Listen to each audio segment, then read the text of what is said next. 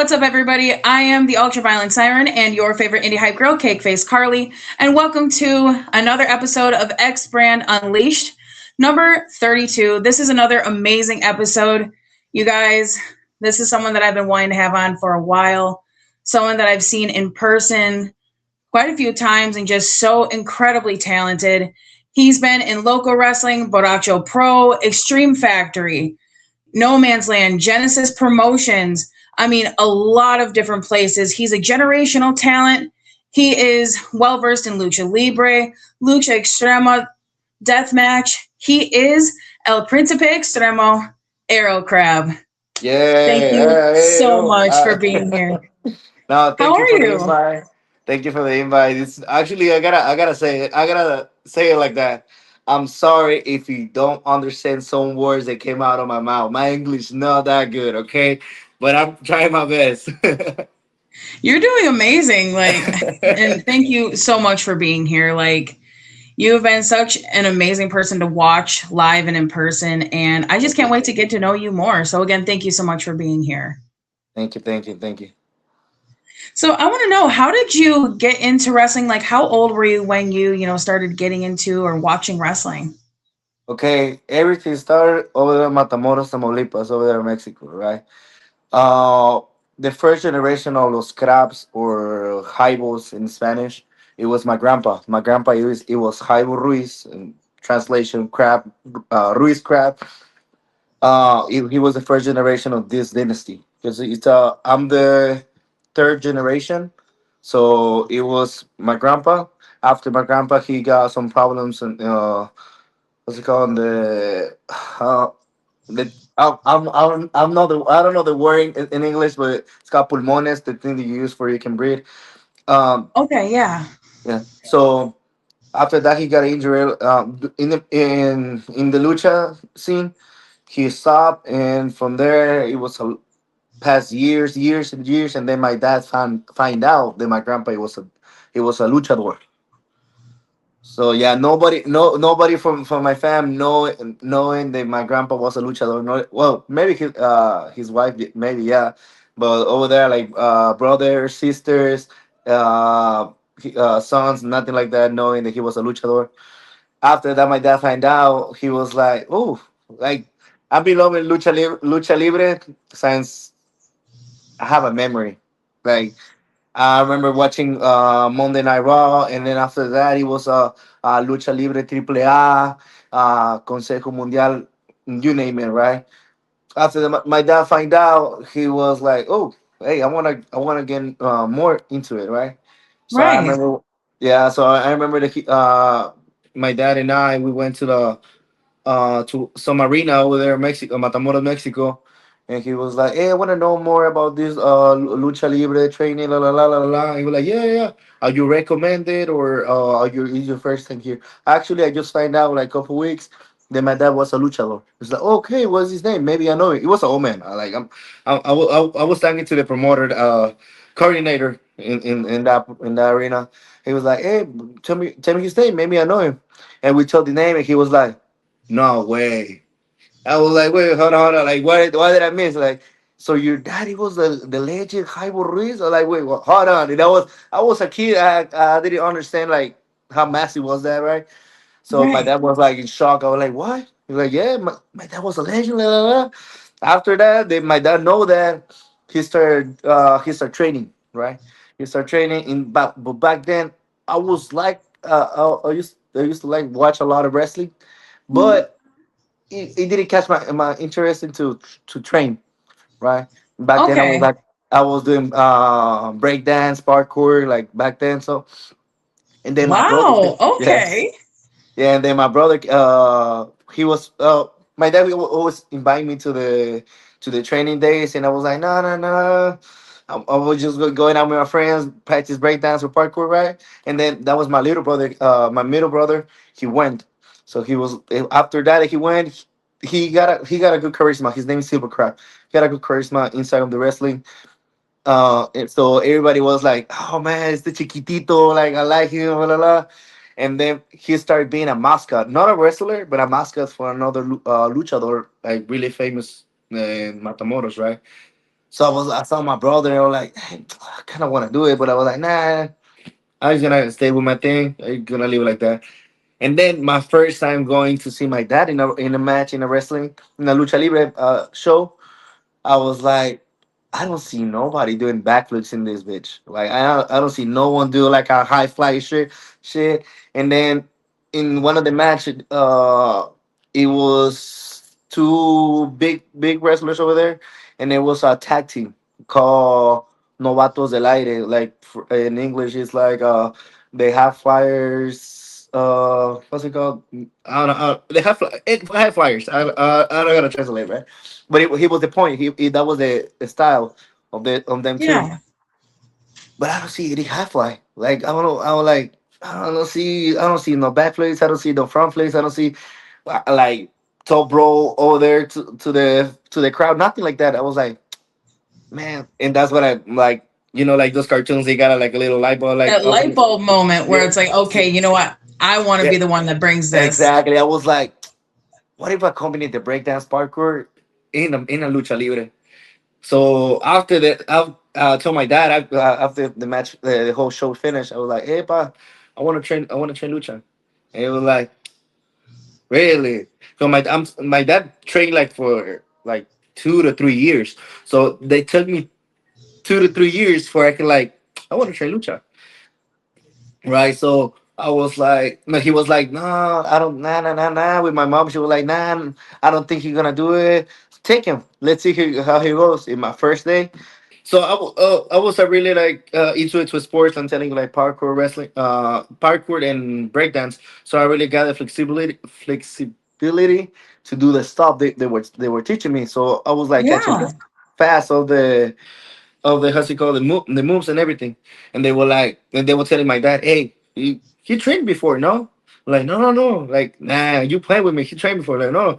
And then explained the whole story of how I was doing breakdance and parkour. So like, oh, okay. So literally, they took me 1 month for I can have my first match. And over there, they call it exhibition. Really? Yes. Only And one month. And how old were you at this time when you like? oh, my first match, it was called El Día del Niño. It was April the 30. So in back then, I was like, I'm telling you, like probably like 10, 11 around there. No, maybe no, maybe 11. I'm gonna say 11. Yes, and I'm telling Wow. you, yes, I'm telling you, in that match, it was horrible. Like, oh my god, the train. When I was in the trainings, I was going good. I was doing backflips and everything, right? So everybody was like, "Oh, he's ready. He's ready." And my first match, I froze. I froze, and I didn't know what to do. Even like in the lucha libre and wrestling scene, nothing is it's what's it called planet, but the only thing that is planned is the high flies, because you're trying to take care of your partner, whatever, right? So I'm telling, hey, help me out. I want to do a backflip so I can show myself. So Right. so in the lucha scene is the same thing. So I was telling my homeboy, he was like, hey bro, you know what, I'm really nervous, help me out, please help me out. If you see I'm froze, help me. And the other guy was like me. So we just imagine I'm calling like two pendejos in one match, like two stupid guys in one match. We say pros. We don't even know what to do, nothing like that. So we just went hardcore, I guess. Just like punches each other and that's it. After my match, my dad was like, "Are you fucking playing with me? Wow, la la la!" Like everybody was counting on you. Like, oh, I'm Oh. telling you right now, my daddy is my number one hater, but I love that because they pushing me to be better, right? So yeah, it just 11 years old, no experience, and my first match was a mess. I was like, no, I gotta train more. So that's when I Oh get back to wow. training and I go more. Okay, so like after that match, which I mean, I have to commend you on. I mean, after having, because like when you first said you mentioned like the parkour and the breakdancing, I assumed that you were at least like in your teens or like what, like for when you mentioned like, oh yeah, and then my first match was when I was 11. Is, like, even though you said that you kind of froze during the match, like it's still very astounding that you had the training and people believing that you could have that first match at 11.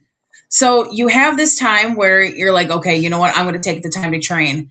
After that, when did you feel confident enough to like get back into having another like I would say maybe like more like your first like legit, like match without not feeling froze?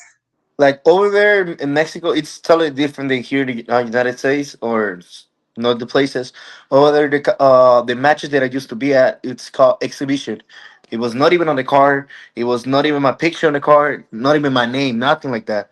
So basically, I was the pre-show. I think they call it right here in the United States. So Sure, okay. yeah. So I was just the pre-show. They took me. I want to say that it took me like 5 months, but it was like on and on because you know what? Because they were telling me, hey, you know what? Let's get you're gonna get experience over here training, but you need experience inside of the ring. I'm telling you, my first match it was a free show actually. So just imagine it was a lot of people. I got like I'm telling you, I got froze because it was a lot of people. So they was like you're gonna get experience in training, but you need experience in the ring in action. So I was like, okay. So I was doing like a exhibition, and then I was like, I didn't like this. I want to train more. So I was training. I was doing exhibition 3 week, like 2 weeks, and then again, and then no, like 3 weeks, and then, like it was like on and on and off.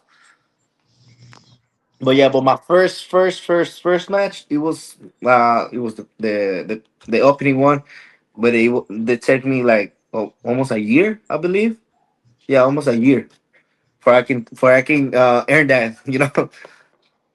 Oh wow. And even since then, like you have just done, I can just imagine from when you were just a child to, you growing and everything. And even now, like you are very phenomenal to watch. And knowing now Thank that you. you have like the parkour experience and even the breakdance, you can absolutely see it within your work today. Thank You you. know, within, you know, creating like your part of your legacy within, your family's like historic name and everything. What were some things that you did to like, stand out from your family while, keeping, the, traditions within your family? Well, my dad is old school, right? So he not even like in that time he don't even like the high flying thing. So I was Mhm. like I was trying to make my like me right now, but when I started I was trying to make my name. I was trying to everybody like know me as the best high flyer over there. There was it was another arena, right? But used to have luchador, the one of the best over there in Matamoros, is still wrestling right now. But I was like, I want to be like him. I want to be something good. So yeah, my daddy was like, man, déjate esas cosas. Don't do that. That's not real wrestling. They take me a life where I can convince my dad actually. A lot, a lot, a lot. Okay. So another thing that I've noticed too, like within, like within the lucha libre, like I've noticed, obviously a lot of people like go with, the masks and wearing the mask. What made you choose doing the face paint over the traditional luchador mask? Okay, that's a thing that probably not everybody knows. I start with a mask. I start with a mask. When yeah, I start with before I start with Aerocrab, I start with Ruiz Estrella. That's my last name Ruiz and Estrella as a start, because it was like I don't wanna use my grandpa name and disappoint everybody. So I was like I wanna get experience. I want to get the experience inside the ring before I can go. So I don't know if you know Blue Demon. Yes. So my first mask he was like Blue Demon basically, but a little bit more sharp. Like he got like a little point like point things right, but mine was Mhm. like a straight line, and then goes from to the mouth. Like I'm gonna look for a picture. I'm gonna send it to you. Okay. So yeah, and then it starts on the ear size. That was my first mask. And the same thing, the open Maui was the same, the same my god, the same open mask as a Blue Demon mask. So yeah, it was really hard to breathe. And then I was like, nah. Then there was my dad telling me, I think you're ready to change your name. So like, okay. And then that's when I moved to Aerocrab. And from there I was like, I need to change the mask. Like I was they're taking me a lot of breed, a lot. I don't know. It's still right now. I don't know how people can wrestle with a full face cover. So I was Right. like, yeah. So I was in that time I was looking like a Rey Mysterio. He was really popping like back then. But no, he was starting with WWE because they bought the ECW thing. So they take the mask and then they put him again. So he was really popping. So I was like, what do I do there? Like the mouth cut like him. I'm like, Yeah. "Mm." So I started like drawing my design of the mask, whatever. And this, I don't know how to explain the design. I'm telling you, I'm gonna give it to you for if you can put it right here or not. I'll give it to you the picture. But it was like a little like points like right here and then like a crab hand. So yeah, it's one of my favorites actually. That's But fire. I love yeah, that. yes, and my first one it was I think it was black with pink. And back then it used to have like a family member a family member got cancer de mama. So I was trying to like honor that that I support. So that was my first mask. After that, I lose the mask over there because you pass a lot of like 2 to 3 years before I can move over here, Houston. When I moved to Houston, I saw like I'm telling you, I saw like a lot of wrestlers, no luchadores, wrestlers without using the mask. I was like, man, I don't think that I fit in here. And back then, I was wrestling for I don't remember the name of the promotion, but it's RWR. It's really famous in here. Well, it used to be really famous. I think the name of the promoters it was Jimmy Nova, I think. Oh, So wow. yeah, so I was saw like a lot of wrestlers just without the mask. I was like, I don't think that I fit in here. So I was like, want to take him out, want to take him out. My dad was like, no, you're not gonna take him out, la. And then after years, I'm telling you, like probably like 5 to 6, I was getting tired of the mask. I'm telling you, so see everybody wrestling without a mask. And then that's when I got into a beef, I guess, into some another wrestler wearing a mask too. And we got to my dad used to be a promoter, so I got beef into it. So I was like, hey, I'm fucking tired of you. You've tired of me. Let's do mask versus mask. So we got really like me with Nino, we're the champion with her versus her. It was something like that, but with masks. So my dad do like a dead roulette, and I was really pissed of that guy. I was like, oh, it was I don't remember because I'm telling you that's 8 years ago. But I will really I remember that I really got pissed of him. So it was like it was just like a serious fight. Either way, long story short, he won my mask. He pinned me, and then I take out my mask, and that's when I understand. Uh, I should have kept it. I should have like worked more for it, you know, because I was feeling naked. I was like, everybody see me, like, oh my god, I remember that day.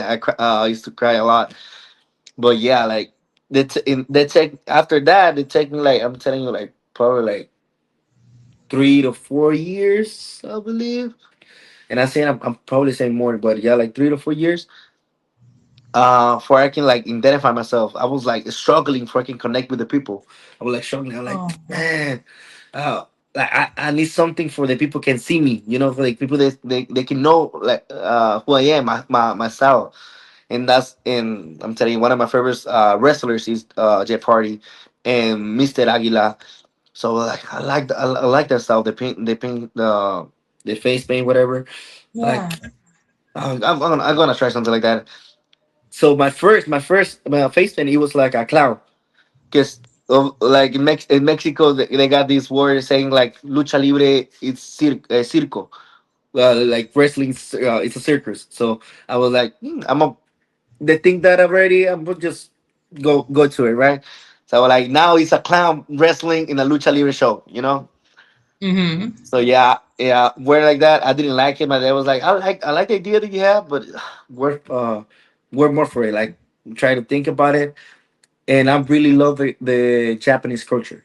I really love that. I'm into it to anime, so Like I love the Japanese culture. Yes, I love the Japanese culture. So like when I was watching, how's it called, Jujutsu Kaisen. No, no, no. I'm sorry, sorry, sorry. Solo Leveling. I saw like a mask that is like a samurai demon. I don't Oh, know. yes. I don't know if you have idea how it is, but the samurai demons, they got like this type of teeth, like going out, Yeah. you know. So I was like, I really like that. And then with the eye, one of my favorite extreme luchadors, it's Pagano. You know, so I Yes. was like his face. I was like his face, man. I was like, I like it, but I don't want to. I don't want to copy him. Copy him. So let's try. I'll start with I'll start with a star, like like Psycho Clown. They're like nah, and then I'll do like a. I don't know if you know Dark Cuervo. It's a Mexican luchador. So he just basically like a lion. I'm like, nah, I didn't like that. I'm like, man. And then I came out with the idea of the Art the Clown. So I was like, okay. And then that's my first one. It used just a circle and then line, and then the red nose. So I like it, but it looks simple right here. Like it's a really open space. And like, nah, fuck it, I'm gonna try like a triangle. Like, oh shit, I like it. And right here, and then that's how everything starts basically. I love that. I love the different ways that you'll do it, either, down, the middle or even across. Like, Yeah. I love the ways that you've done your face paint. And I love just the history of how you went from a mask to doing the face paint. I think that's really cool. So I Thank want you to so talk much. about what because you ended up talking about moving to Houston and everything. What brought you to Houston, and what kind of, like, what drove you into the scene, and like some of like your first memories within the, like, Houston scene coming here. Well, when we moved to Mexico, to Matamoros, Mexico, to Houston, it was like how's it called? You know how's it, man? Where's my wife? There was a lot of. I got my translator here to help me out. Okay, ¿cómo se, cómo se puede decir mucha inseguridad Inseguridad? en Matamoros? Oh, like it was like dangerous. Like, It was well, there you go. It was like a little in that time that I moved, it was really dangerous. It was like a basically balaceras. ¿Cómo se puede decir? Like, wars? No, shootings. like a lot of shootings, like on the street. So we took in that time, I was in school in Bronzeville. Okay. So it got really bad Matamoros because they kill one of the what's it called, bosses of of the malos, you know, I guess mafia narcos, whatever. They were got really bad. Like the whole Matamoros, it was a war scene, like a Oh, black ops thing. So my dad was like, you know what? I don't wanna wait till somebody gets something, So I was in Brownsville school. So we moved here. We moved to Brownsville, and it was like, hey, I have our uncle over there on Houston. Let's go over there. So we moved to Houston. But after we moved to Houston, I was like a whole year without wrestling, without lucha, just like sitting down in my house, just doing shit, like nothing. So that's when I knew Black Star. I don't know if you know him. He's a really legend of here on Houston, Texas. He helped me out with the lucha libre scene. But my one of my tias, her son was a wrestler. He was like a mascot like my brother, but he helped us out to no more promotions. So my first promotion, it was, I remember, Lucha VIP, I believe, and I was like I was not even on the card. I was just covering someone. And actually, my you might know him, but I call him like Padrino. ¿Cómo se dice? Godfather. My godfather on the my first lucha libre scene here in Houston. It was Low Rider. Yeah, oh, wow. yeah, it was Low Rider, Eddie Cristiano, and another guy. So there's other three. Obviously, I was part of it, but it was like, man, I'm telling you, like the lucha libre over there, Mexico. it's really hardcore compared to over here on Brownsville, on United States. I'm gonna say that, and nobody gonna take out of me. The actual wrestling, just the wrestling, is totally different than lucha libre. 100%. 100%. I think that is a very fair statement to say. I've just as someone that I've been a fan of lucha libre for a while, and I can just see the difference. And I'm not saying like, oh, like, like, oh, like regular professional wrestling is off or like whatever, but like you can just see the passion and just the level of the love for the sport within lucha libre. So I 100% agree with Jim from a fan's point of view. Yes. So you have done a lot of different things in Texas. I mean, you have. I will say it's almost safe to say that you have really built, like, with your own personal stuff, your legacy within Texas, within Houston, and a lot of people. I mean, you've been everywhere. One of the places, especially with that I've gotten to know you from, is local wrestling. Yes. you know how did you get involved with them, as well as like how did you kind of like discover more of like the ultra violent side of wrestling? I was hoping that you asked me that because I'm gonna tell you something that nobody knows. Like it was, well, maybe my friends over there in Mexico knows, but my first dead match that is like lucha extrema, it was over there in Matamoros. So my first dead match, it was when I was 12 years old. Yes, Your first ever death match was when my you were first, 12 years old. yeah, my first dead match, it was when I was 12 years old. 12 years old, and it was me, my dad and I versus another two guys. I don't want to call it like dead match because I was wearing a shirt. So just like a few cuts over there on my arms, but basically it was light tubes over there and everything. So yeah, it was my first day match. It was when I was 12 years old, and and from there I was like, I like this thing. I want to do it again. I want to do it again. And my dad was like, no, no, no, no, no. It was just the first time, and later on, when you got kids, all right, you can make the decision again if you want to do it. So Gotcha. after, yeah, Okay. so after that, the whole story that I just explained to you when I moved to Houston, my first dead match, I believe to say it, here in Houston, it was with what was it called? With Lowrider. Yeah, it was like thing the promotion called Player's Choice, I believe. I don't remember. It was not too long ago. So yeah, I would look. I'm working with a promotion called Coliseo Houston, right? So he was helping me out doing like just street matches or super libre, like no rules, whatever. But it was not like to. It was just blood in my head, and that's it.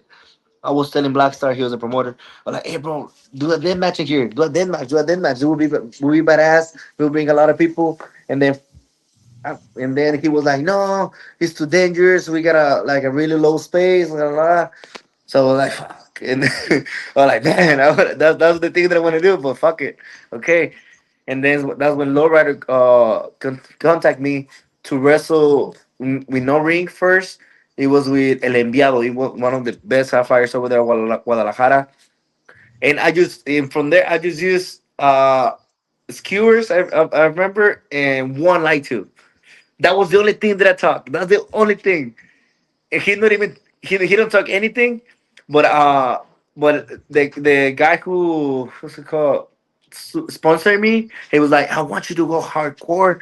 I want you to go the best that you can. I was like, hey, look, you don't have to say it twice. So I found one light tube in the venue, and I smoked the Reaper. I don't know if you know him. He gave me some skewers. So I was like, Hell hell yeah. yeah! And actually, in that day, he wrestled with what's it called, with Mickey Vargas, I believe. Oh That wow. yeah, Okay. he was the main event on that show. So they're like, yeah, go ahead, bro. I really love that guy. Actually, he was the first wrestler that I met on my first show over here in Houston. He went to me like, hey, you new here? Like, yeah, like he really been good with me. So, anyways, he gave me a few. So, like, I'll tell him, yeah, hey, you know what? Let's do this. this hardcore shit. You take the skewers, I take the light tube. And he was like, no, no, no, no, no, no, I don't gonna do that like that. And then he was like, I didn't ask for pay for this. I was like, fuck it, I take both. And then I take took both, I take the light tube, I take the skewers, and from there it was the person that saw me. I believe it was Roberto. I don't know if you know him. Roberto, he actually in this video he helped me out to take out the skewers. So Okay. he saw me, and the ref. It was lowrider.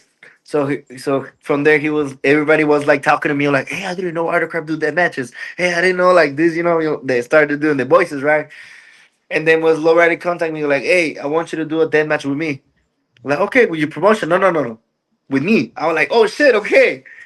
I'm like, fuck it, let's go for it. And then everything went badass. It was a really good match. No, no, no. I will say not the best ones for I can give, but I know it was a really good match. So I, yeah. I try my best, whatever. So then, and that's when Jaime called me.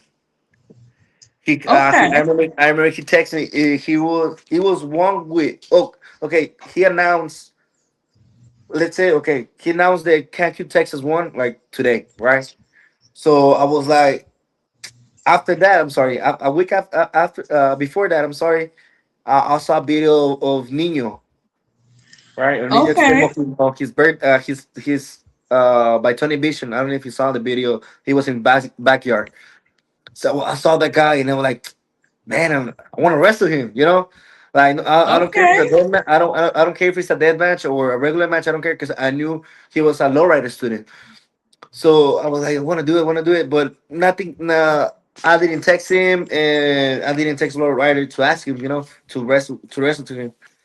And then 1 week after Jaime announced the Cancun, Texas, he started announcing the Martin 25, Mickey Vargas. I think Smoke was there. I don't know, but the thing he was starting out announcing the wrestlers, and then he finished with Niño Extremo. So a week before, he texted me like, "Hey, you know what? Just a wrestler cancel me. This is a last minute show. This and that. I want you to wrestle Nino." I was like, "Oh shit, okay, let's go. I'm fucking Huh. down. Let's go. I'm fucking down.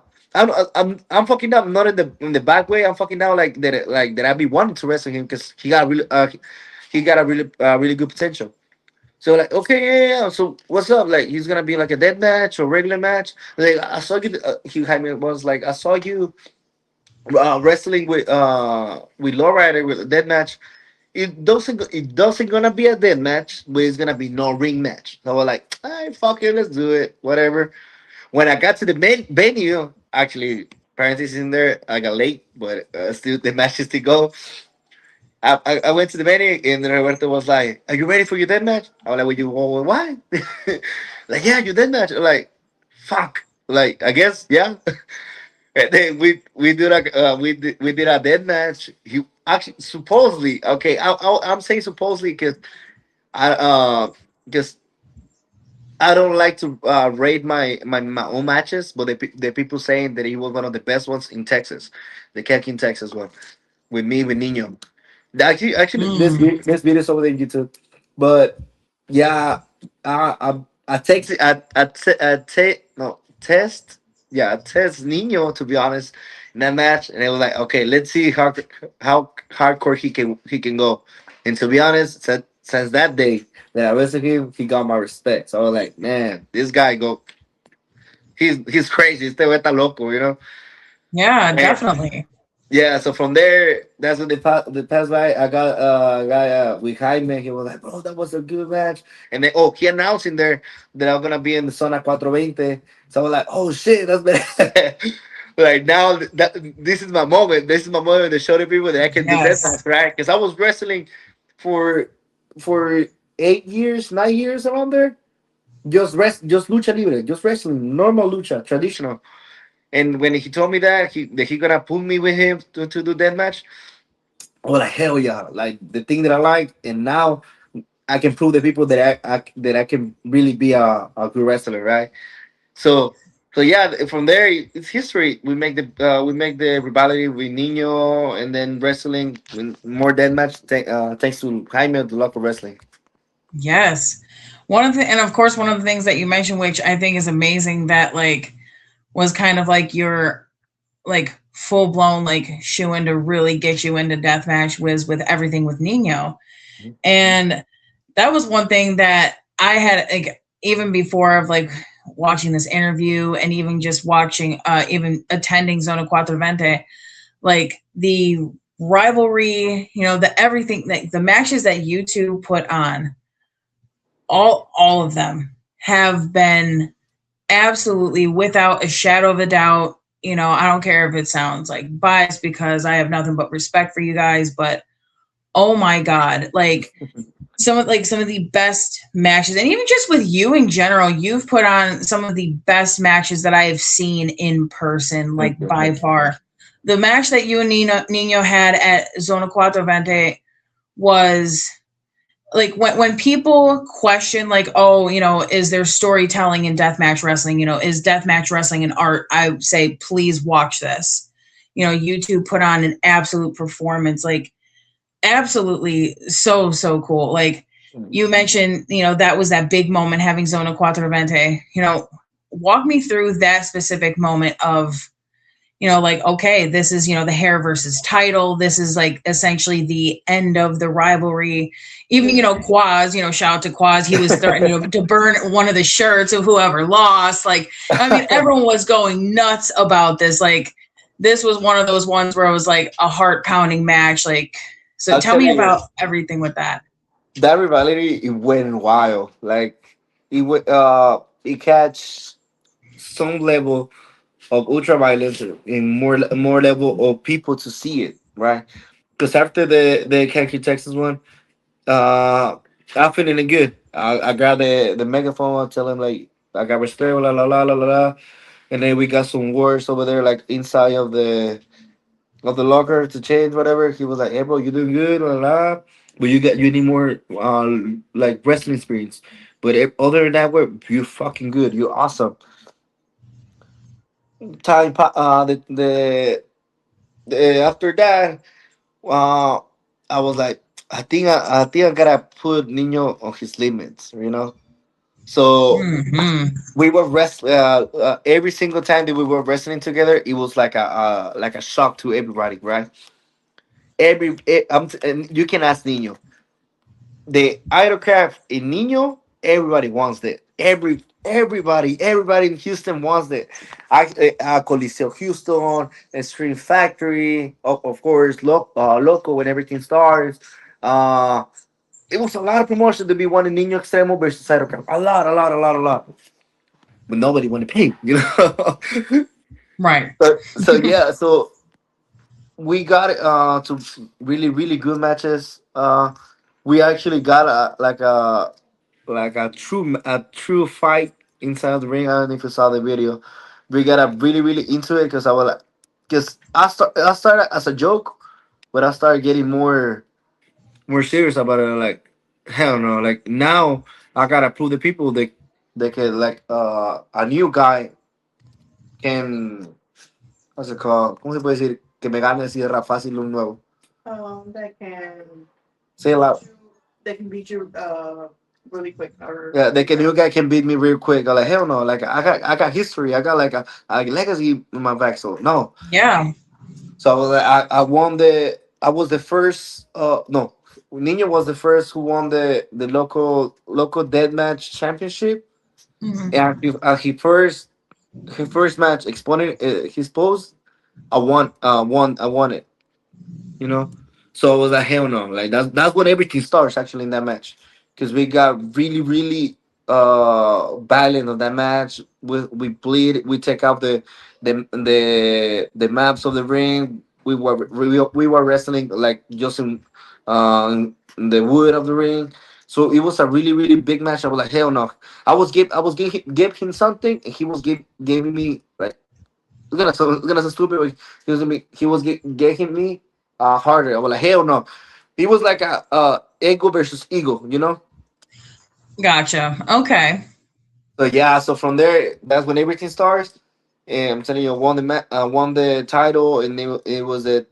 From there, it's history to we moved to the Zona 420, and no, you know the ending on that one. Of course, yes, definitely. I lost my voice because of that match with you guys. I was like, oh my god, like it was just absolutely insane. And I mean, even with your guys' entrances, like your entrance was so intimidating because like everyone that came out, all of a sudden it was just like, and everyone you came out with was sitting behind me. I'm like, oh, Like, where this guy like come from? shit. It was amazing though. I was just like, oh my god, this is like it just the feeling that it honestly it was almost like a complete surge of the building happened, and it was just like holy shit, like it's like you could feel even just like the little bits of like you said like the realness that you brought with like that rivalry of like you know I'm not gonna let this new kid just take me out quickly, like I'm gonna give him a run for his money, like I'm a like multi-generational like talent, like I'm gonna give them fucking I'm gonna give these people a show, and it was just absolutely absolutely phenomenal. Let me tell you something about my interest of that day. I Okay. planned it. I planned it. I was like, one of the three of those guys. He went out with me on my interest. They are coworkers, right? And they got like a motorcycle club. They call Nobody. Shout out to them. And I'll tell them, hey, bro, because when I planned that, it was like the match will be in the junkyard. All right, so I was like, Right. hey, bro, you know what? That can be badass way if you guys, the whole club come with me in the motorcycle. You know, bringing back the Undertaker shit with the thing, Hell whatever, right? yes. So I was like, bro, everybody like in that time, everybody was hating me, like bah, like bad. So I was like, bro, just imagine going out with a motorcycle, and then it started seeing like everybody faces like fuck yeah, and then the whole weather starts moving whatever, and Yeah. then they move it to the HPA, the old HPA. They were like, bro, don't worry, bro. We make space. Actually, we make. I remember that day we make space uh, to try to put at least one motorcycle inside of the arena. We made the space to do it, and then that's when I'm sorry, when the heavy rains comes, I was like, fuck. I was trying to like do that because I was trying to do something amazing because it was the last one. You know, it was when everything will be defined. Like I wanna live like in top. You know. Top impression. On top, yeah, on top of my version. So the heavy rain starts. I was like, hey, you know what, bro? Just came out with me. And let's start talking shit to the people. And you see on the video, my coworkers were like, "Bro, that was the best day of my life." I'm like, why? Because I was talking shit to the people, bro. Everybody, you should tell me first that everybody was hating you. I was like, oh, shit, my bad. It was such an amazing entrance, like so absolutely intimidating, like such an awesome entrance. So after, that, like, cause that was, if I'm not mistaken, one of the last times, like, there was, any type of events in the old HPA, you then ended up kind of breaking in the new HPA with Nino and Arrow Boy. So tell Yes. me about that, like the first time with the new HPA and breaking it in with style.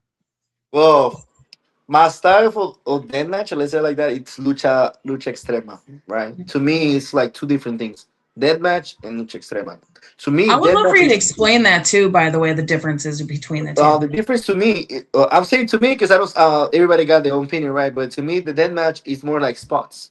You know, like more violent spots. Like just example, and if you saw a video or a secret pay with Mitchell, they were in top of the scaffold and with glass and then a barbed wire bed, whatever. Hmm. So that to me, that's dead match. That's like awesome spots. You know, Hmm. spot after spot. In wrestling, in no, in lucha extrema, to me it's more like for example lucha. Starting with lucha, like a little soft, and then from there, for out of nowhere, start doing uh dead matches spots combined with lucha moves and vice versa, and you go from there. You know, and that's the type of lucha extrema that I like to show the people that it's not that I can do like just a spots, that I can do more than that, So I gotta do a big shout out to Idol Boy. Idol Boy, it was actually my name. It was thanks to him, because I Idol the for Aerocrab, I took it for Idol Boy. So he's one of the best luchador extremo that I ever met. He's my idol. I can say it like that, right? Yeah, He's, he's my idol, man. Like, he's awesome.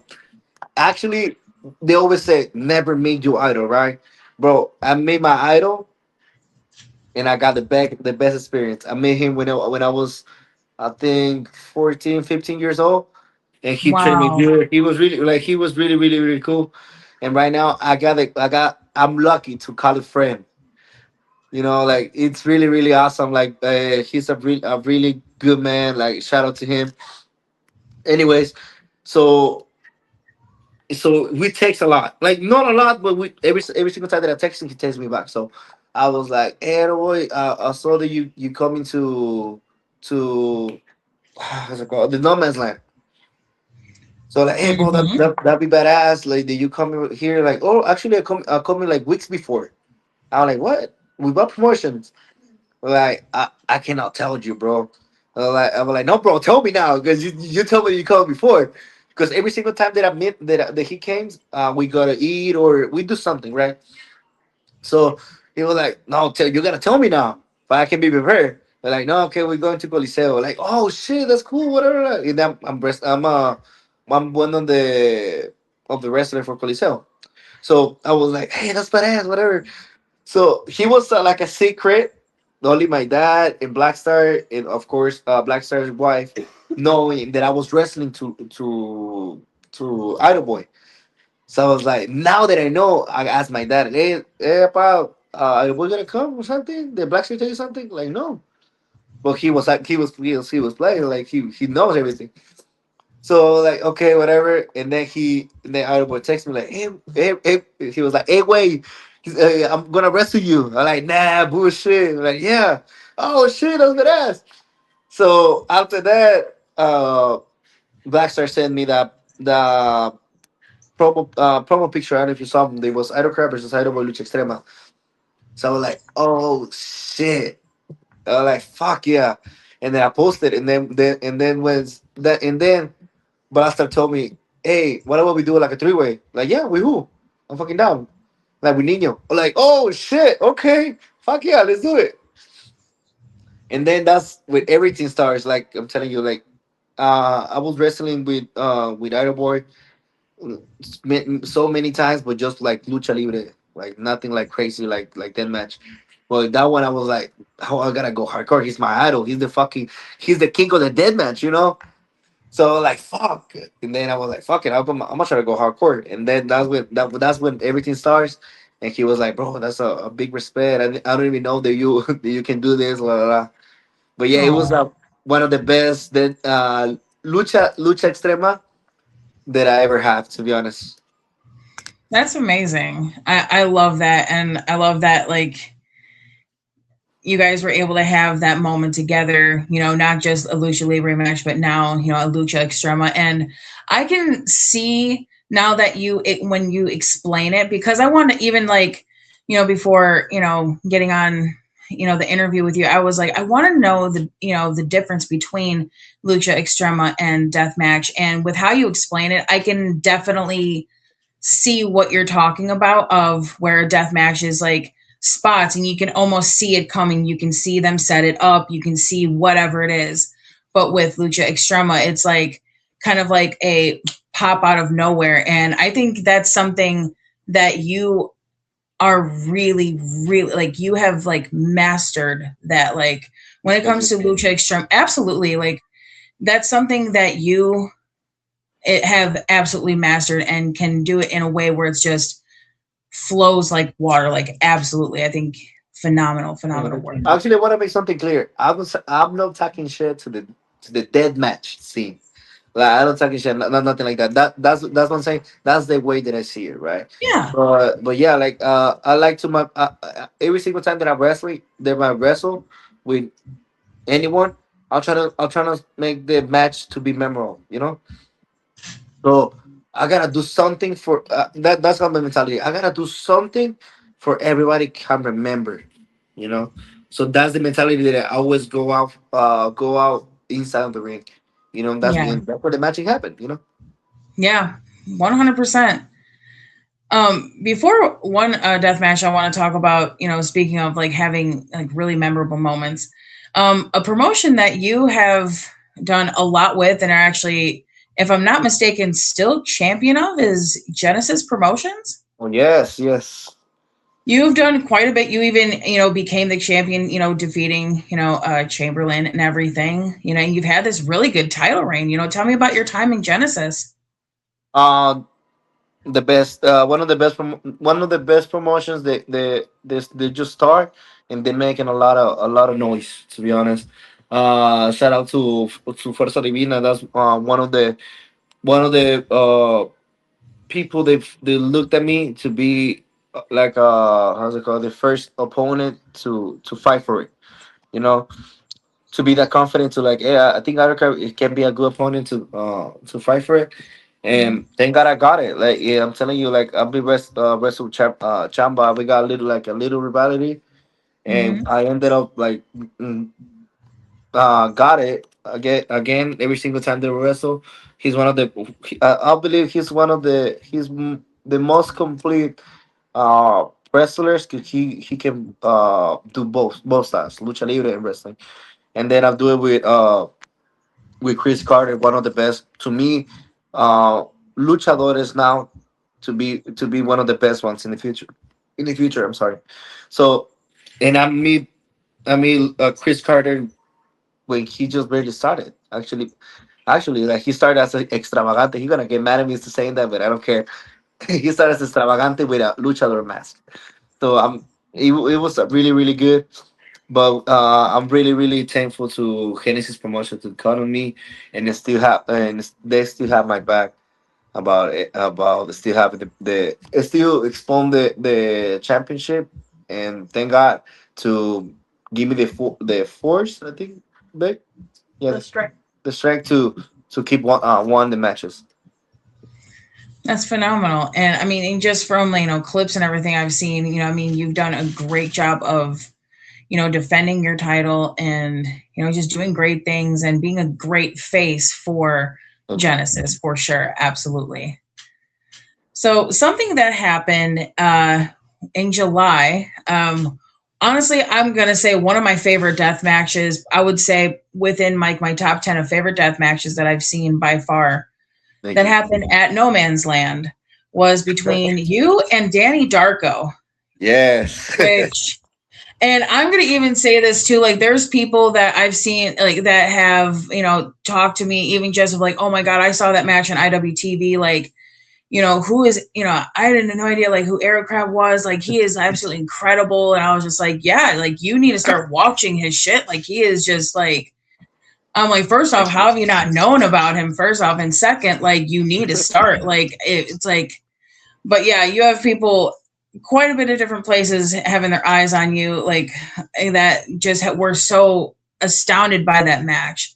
So, how Yeah. did you feel about getting that match with Danny Darko? Because I know at first, like the card kind of changed a little bit, but I think fate happens for a very good reason. You got that one-on-one with Danny Darko.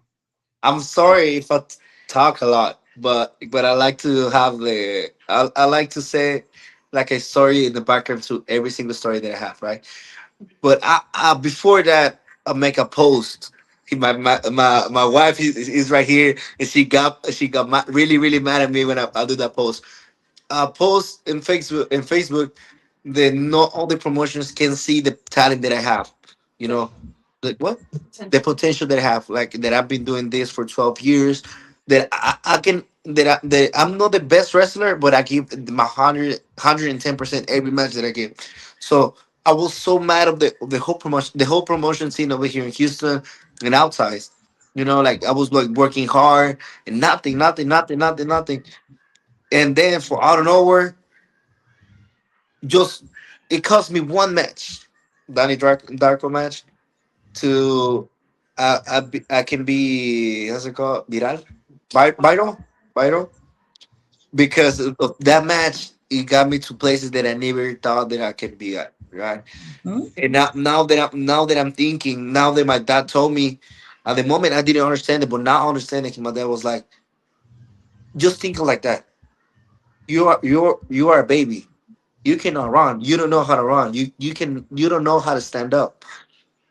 How you planning to run when you don't know how to walk? So I was like, man, Mm. yeah, like nah, like whatever, you know. But now they understand that, like I was pushing everybody to see me, but no matter how hard you try to push someone to, let's say, like, to love you, if he don't mean it, never gonna love you, right?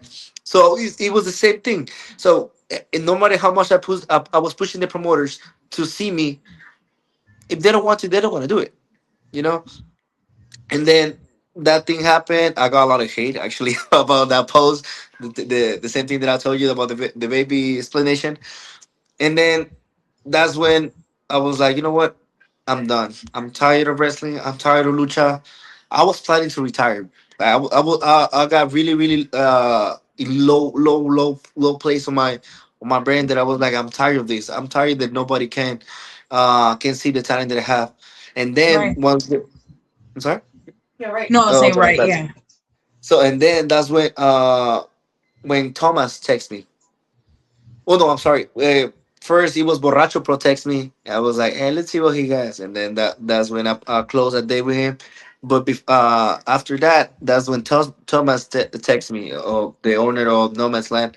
He Mm-hmm. texted me like, "Hey, Idol Boy can make it to his visa. He got with the visa problems.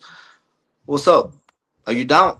I was like, what the fuck, I was like, because when No Man's Land started dropping his promo, I told Nino, like, "Hey, bro, help me out, I want to get in there, help me out, say something about me and like whatever."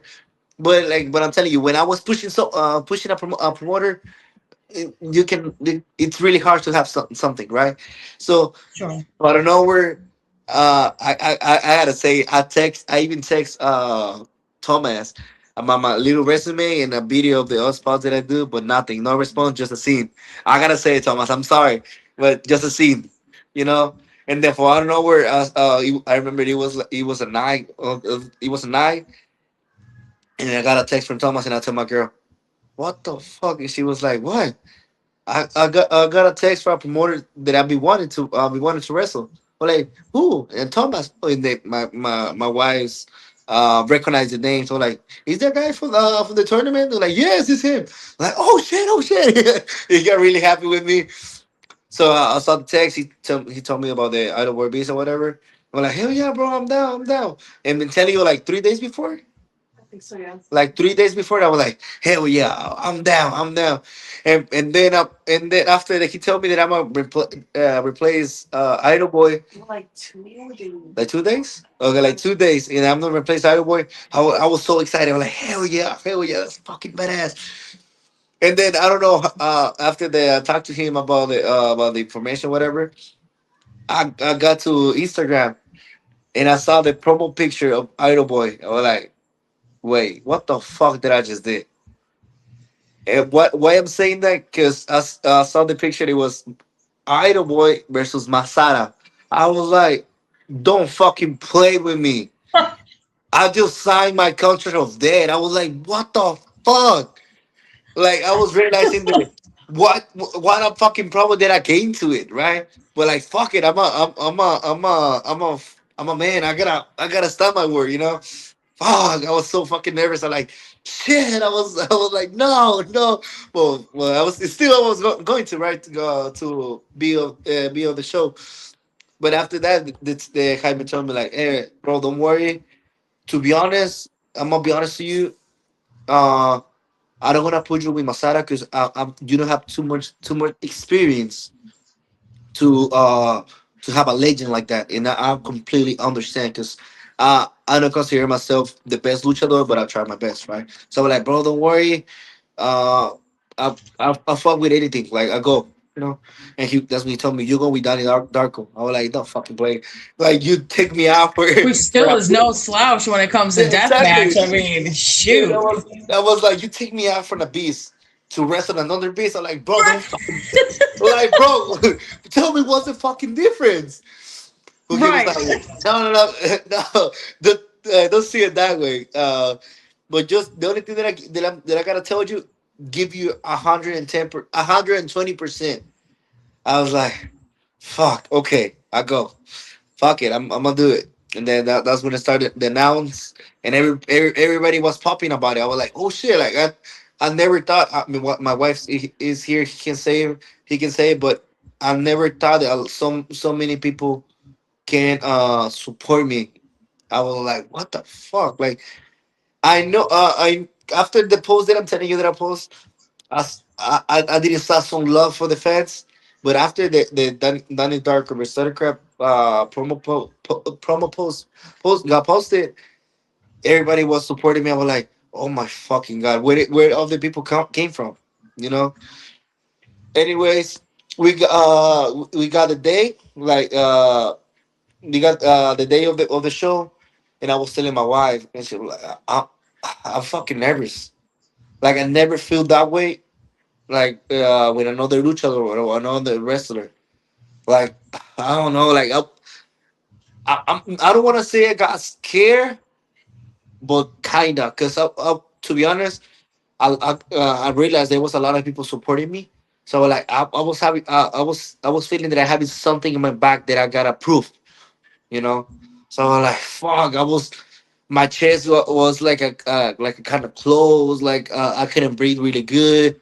I was telling you, I was feeling something in my back, really, really like really heavy. To have something that I gotta prove. I got to the show. I haven't get out of the car when one of my guys, one of the promoters, so no, XHW, I think it's a promotion over there in Laredo, the most violent promotion in Laredo, Texas. His name's Crazy Man. He texts me. He texts me, hey, bro, have you seen what Necro Butcher talked about you? I'm like, what?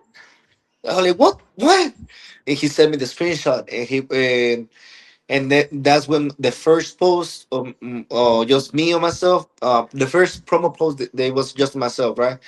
And that's when Necro Butcher posted. I saw he posted, but I didn't see his comments. I was like, they posted, that's cool, right?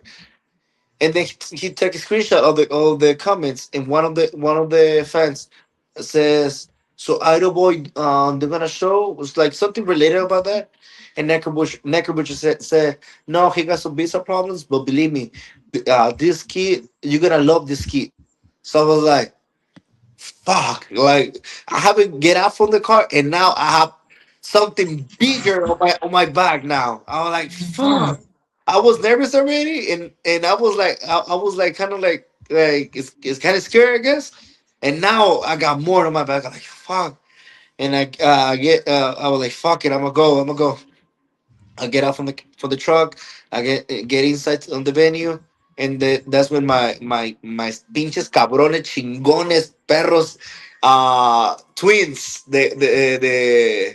you know them, you know everybody Yeah, knows yeah, those yeah, the twins. twins. Exactly, the twins text me like so fucking excited. I think they were more excited than me. He was like, "Bro, you gonna wrestle with Danny Darko?" Like, bro, like I know, bro. I know. I'm fucking excited Like, I too. know, I'm trying to calm the fuck down. Yeah, I'm trying to calm down. They don't helping me out. I'm like, bro, you gotta give me 100%. You gotta put these people like this and that. They're like, I'm like, bro, don't help me out. Like, I really got You're telling something me in things my I already know. yes, like because I'm telling you, every post that I saw, every post that I did, it was at least one comment saying, "You gotta do your best, or prove the people that you can do better." I was like, man, like I'm telling you, like I was having something, and then they told me, and they were like, "Fuck," and then I was trying to on my way to the to the lockers to start changing, and then I meet up Jaime, and I was like, "Bro, you gotta do your best." Or like every single time that someone stopped me, he was telling me that you gotta do your best. I was like, Like, I know. Yes, I was really nervous. Like, bro, don't help me. Like, you don't helping me out. Anyways, I get to the lockers. I'm telling you, it was those movies when someone's open like a door and everybody like is staring at him. You know, like everybody. So I opened the door. And everybody got looking at me, like everybody, like Masada, Dread, Casanova, like everybody inside the lockers. They were looking at me. I was like hi, like hi. So Masada know me, and he was like, "Hey, how you doing, kid?" I was like, "Oh shit, like, hey, what's up?" So he could Masada like saying hi to me, and he was like, ¿cómo dice? Me presentaba con sus amigos. Introducing. He was introducing me with Dre, with Casanova. So no, it wasn't Dre. No, I'm sorry. Because oh no, actually, yeah, I'm sorry, I don't remember that day. But he introduced me to a couple wrestlers, big name wrestlers, and that got me like a little confident. Like, okay, That's good. like, I was going like a little good. Okay, and then that's when Necro Butcher get out from the restroom. He was like, "Hey kid, how you doing?" I was like, "What the fuck, you know me?" You know. So all the thing that I was feeling calm, it went up again because fucking Necro Butcher went like, "Hey kid, how you doing?" And then I always the lucha libre culture uh teach me to give respect to every single wrestler. Doesn't matter if it's our first match or main event. So I stretch hands with every single wrestler as a respect, as a show of respect. So I was trying to give like shake the hand to Necro Butcher, but he was like, "Hey, kill, la la la," and then he went he. I think he got like a lot of I was like, momentum, right? He went like, "Wow," and he grabbed my hand and then he pulled me on like, thank you for being here." Like I was like, "What the like inside, of course." I was like, "What the fuck is going on?" I was like, "No." This was the only thing that I been wanted to happen for I can explode, for I can like fuck, you know. So I was like, damn it, and then hey kid, doing good, like la la, la, like whatever. So I will I start changing. I meet Darko, amazing guy. Actually, I can say that I love him because he saw that I was nervous. But he was like, "Hey, don't worry, kid. I got you. We got you. Don't worry, kid. We're gonna do a really good show. Don't worry. I'm here. I'm here to help you out, and of course, I know that you're gonna help me out too." So I was feeling like a little more calm, and then it was like a little meeting. Necker which was doing meetings, I guess, private meetings to every single match. So he was like, "All right, kid, I'm gonna tell you. I don't know if I'm allowed to say it, but I'm gonna say it. But okay, kid, I'm gonna tell you straight up, kid. Okay, don't hurt him. He got another show tomorrow. Don't hurt him." I was out in my mind. I was like, it's more probably that he hurt me than I hurt him, you know. But I was like, I don't gonna say it out loud, but I was like, but it was like a funny moment to me because he was I guess expecting that I'm like a beast on this bitch, and I'm like no, like I'm fucking nervous. I don't know what to do. And then that was when the magic happened. They announced us, and I'm doing my best. And I'm telling you, uh, I know that I was replacing Aeroboy, so I was like, I gotta do something honoring him, you know. I got an Aeroboy mask, but I was like, nah, I'm gonna take it out from the wall. No, so I saw a video where he got a dead match with Miedo Extremo. That he got a big ass light tube. I don't know if you saw that video.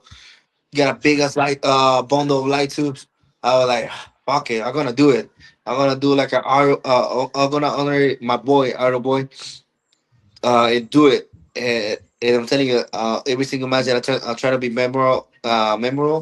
So I think that spot helped me out. I really that spot and also the match and Darko helped me out to be uh the I don't want to say viral again because I don't consider myself a viral, but to people know me that I actually can do dead match that I actually can do lucha extrema. Yeah. But yeah, it was amazing match. I saw you there. Actually, you got my can. I Yes, I want that do.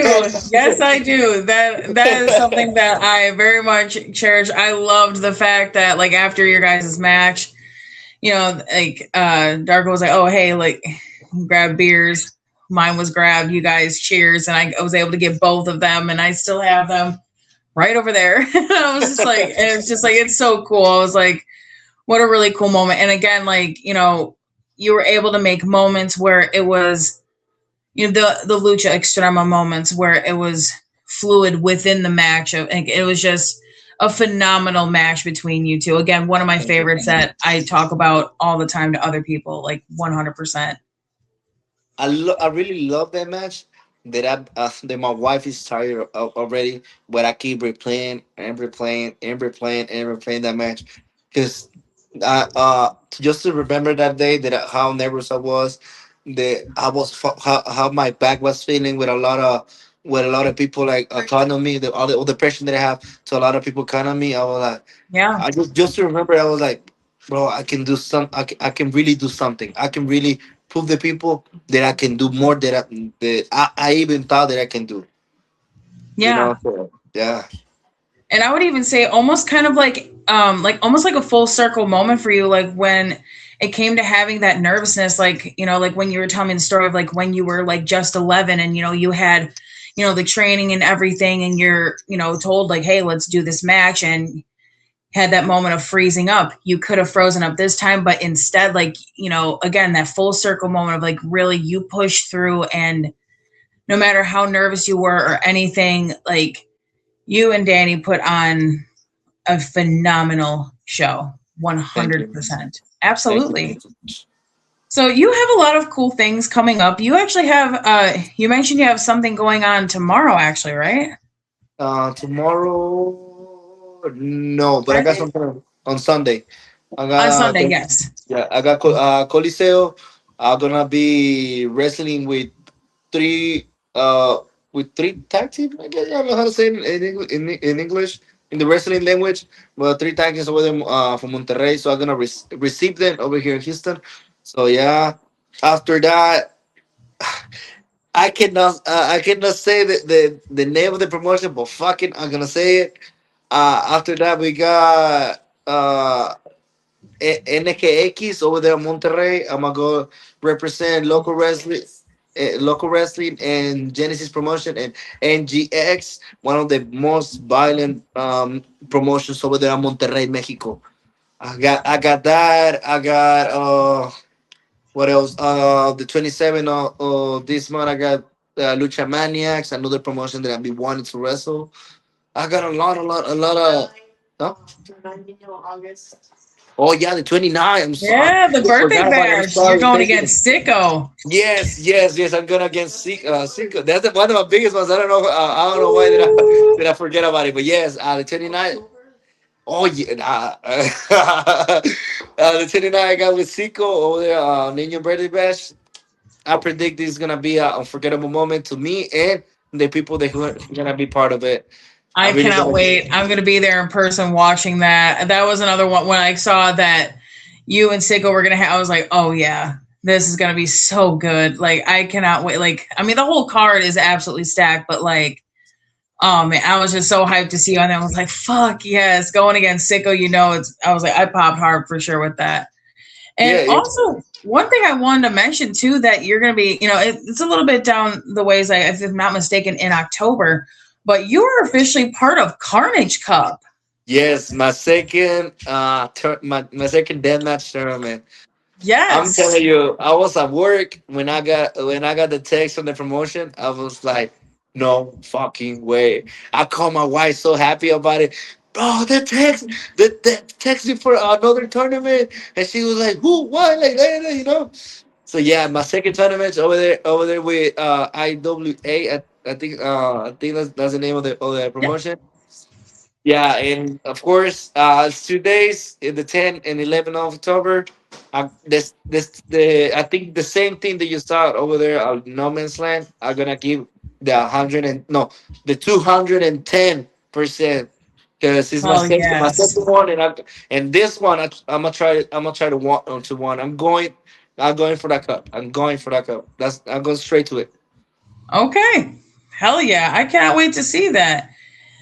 So with everything that, you've done, you said, 12 years, I mean, like you've just done so much. Are there any dream promotions that you have that you'd like to work with and dream opponents that you have? There's a lot. To be honest, there's a lot of promotions. For example, um, I really wrestled with with that promotion already, but it was nothing like serious. But it is triple A, triple A. Well, I would love to wrestle in a good card with them. Um, talking to like here in the United States, GCW. That's one of the promotion that I've been wanting. CCW. There's a lot. I can name it all it, but there's a lot of promotion that I've been wanting, and now there's a lot of promotion that I mean that I make my debut come true. But yeah, there's a lot.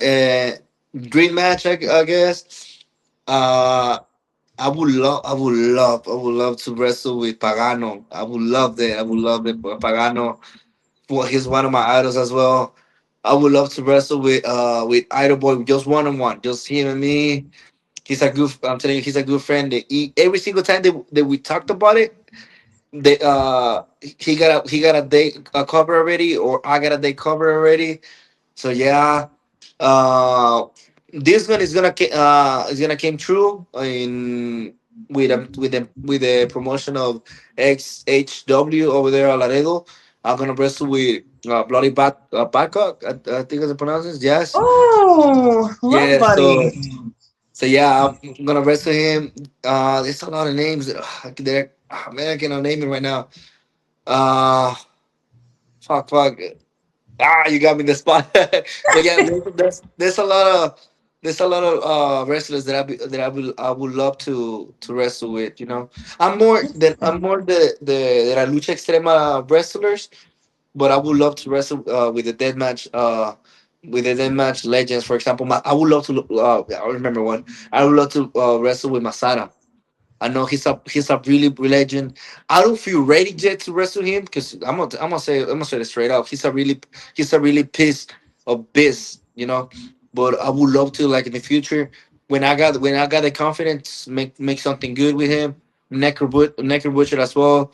Oh, Uh yeah, like there's a lot that I cannot name, but yeah. that's a lot of, I mean, with the names and the promotions you've mentioned, I could definitely see you anywhere. And I think, I mean, I love how humble you are because, you say like, oh, I'm not that good or whatever, you say I'm not the best or I'm not that good. But honestly, I think you're one of the, especially like within the independent scene, within Lucha Libre, within Lucha Extrema, within Deathmatch, I think you're very and you have a lot of talent. And I'm so excited that, especially with that like real big push with like No Man's Land and just everything of like people really getting to see their eyes on you and more promotions, even outside of Texas now, like IWA are going to have their eyes on you. Like, I am so happy to see that. So, any of those promotions, I can absolutely see you doing all of those and more for sure. I would like to know, what does deathmatch or lucha extrema mean to you? Hey, no. To me, that match now it means a lot to me, a lot because I'm telling you, most of the I don't want to say fame, but most of the fame that I got, it was with Deathmatch. It was with with Lucha Extrema. So I really feel grateful of that because I'm telling you, a lot of eyes looked at me and I got the thing that I wanted.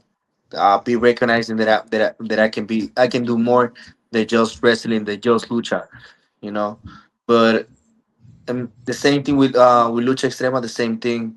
I'm really feel grateful because of the all the shit that I've been going through. Like for example, they tell you the exhibition match, a lot of chingas they give me, like a lot of shit that I've been going through for I can got the position that I am right now. So I means a lot. Means a lot to me. Both sides. Very fantastic answer. Very fantastic.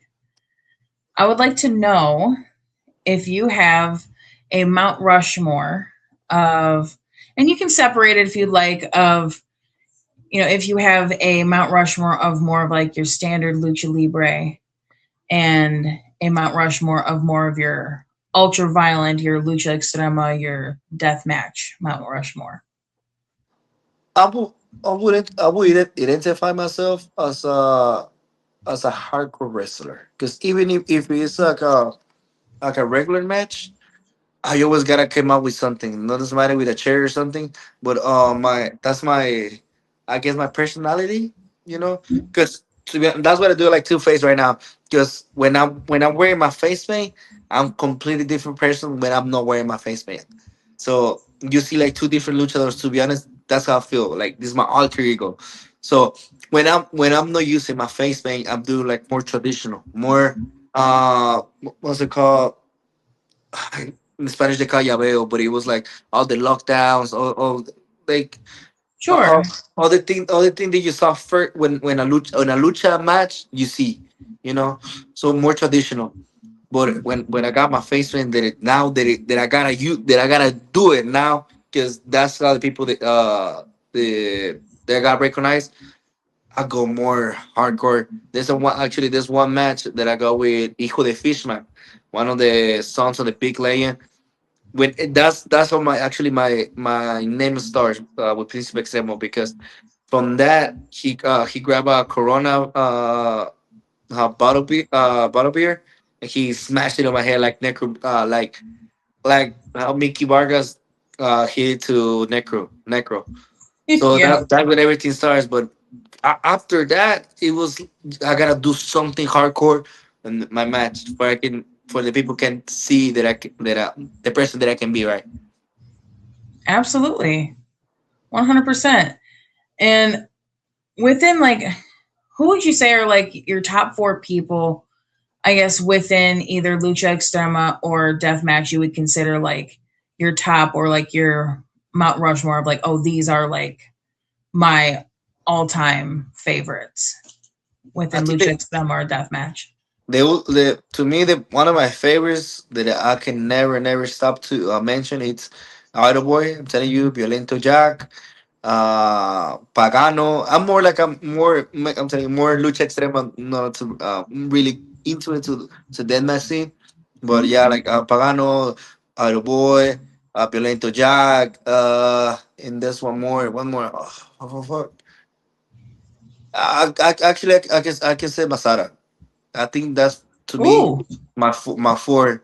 The those four people this they have different styles of their match and breast and lucha extrema. absolutely. So it's a different. You can pick one on to a different. Each one gonna give you a different type of match.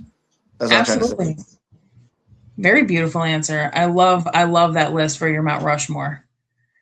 So this is where I kind of like to ask some people some of your favorite things. Okay. And so one of the first things is, what is like your either favorite like genre or type of movie that you watch, or like do you have a couple of like favorite movies that are ones that you like, oh yeah, these are ones that I'll always love watching? The most my most favorite ones. I'm telling you, I was in the breakdance scene. So if you know the series of Step Up. Yes, So that's that awesome. the whole series is my favorite. Like I'm telling you that from the Step Up Virginia to the Revolution, like the best ones, right? But I like the how's it called the gore style, I guess. That it's like for example Guillermo del Toro has been doing like a lot of good good movies. For example, the one that I think the most recent one, the Frankenstein, I think series or movie. I like that type of movies. They you can actually kind of connect with with the movie, but give you like some Yes, hook in there. You know, right. the whole series of Art the Clown. I love it. The Secret Yes, Series me too. too. Yeah, actually, I have a whole collection of the clown Funko Pops. I'm a Funko Pop collector. So Oh, yeah, cool. yes.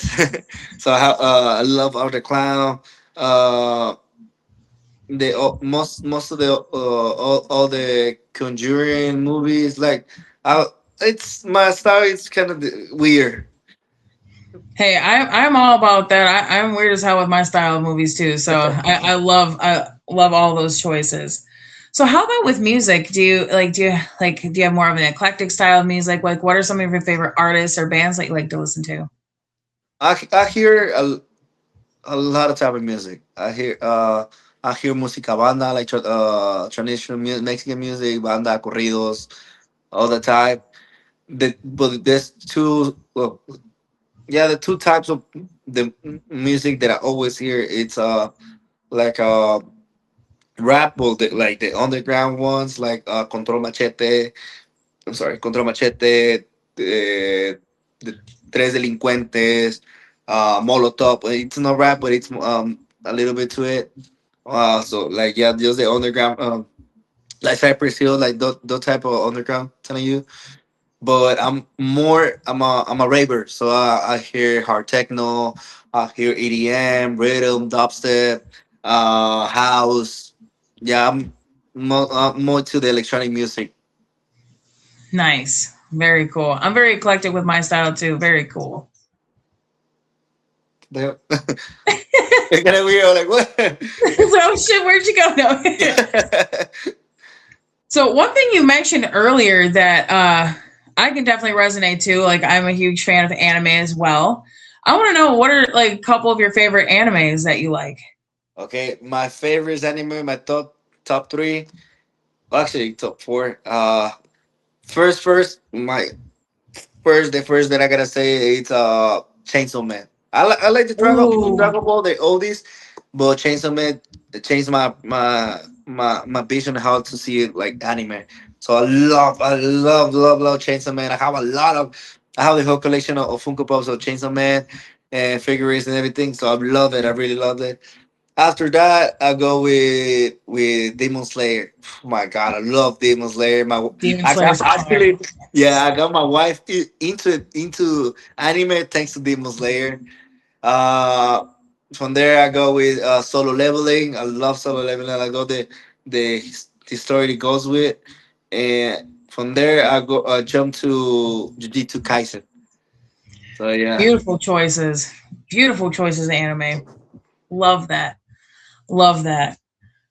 Well, I want to thank you so much for coming on today. It was such an honor to have you on and to be the first person to interview you, which I think is wild to me that I'm the first person to do this, but it is a true honor. Thank you so much for coming on here. You were an amazing guest. And I would love for you to take the time for you to plug yourself, tell everyone, where they can find you on social medias and, just a quick refresher of what you got going on for like the rest of August.